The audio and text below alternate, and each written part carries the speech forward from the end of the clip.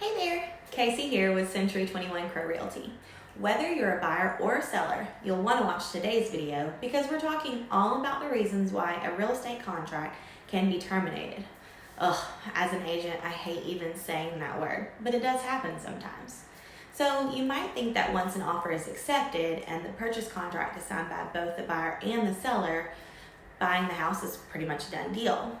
Well, that's not always the case. Yes, a real estate contract is a legally binding agreement, but it can still be terminated in certain circumstances until the closing documents are signed and the keys are handed over. Let's talk about 5 reasons why a real estate contract might be terminated before closing day. Keep in mind that each of these reasons are contingencies that may be in your purchase contract. So first, your home inspection results.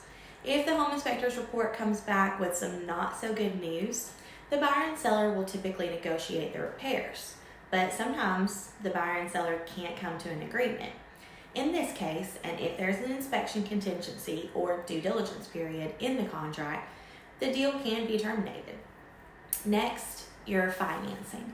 If a buyer's financing falls through and there's a financing contingency, the contract can be called off.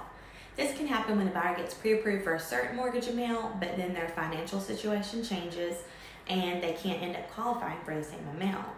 This can also happen if the buyer isn't pre-approved at all and just thinks that they can qualify for a certain amount and write an offer.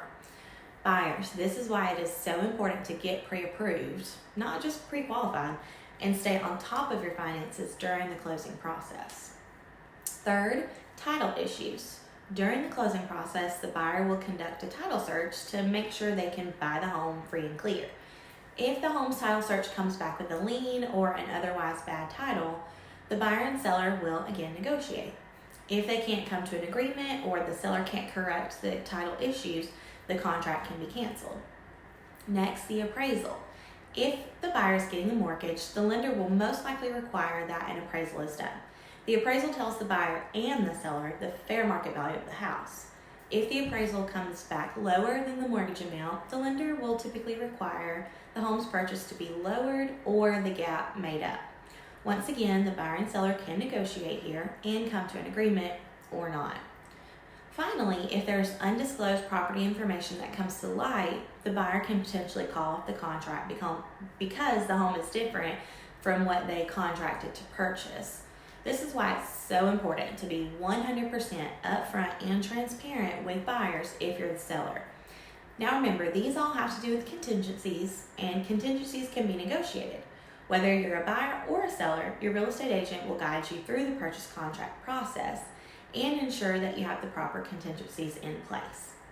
They'll also negotiate if any of the above problems arise so you can ensure that you're making the best real estate decision for your future. Have any questions about the closing process? Just DM us and we'll connect you with an agent near you.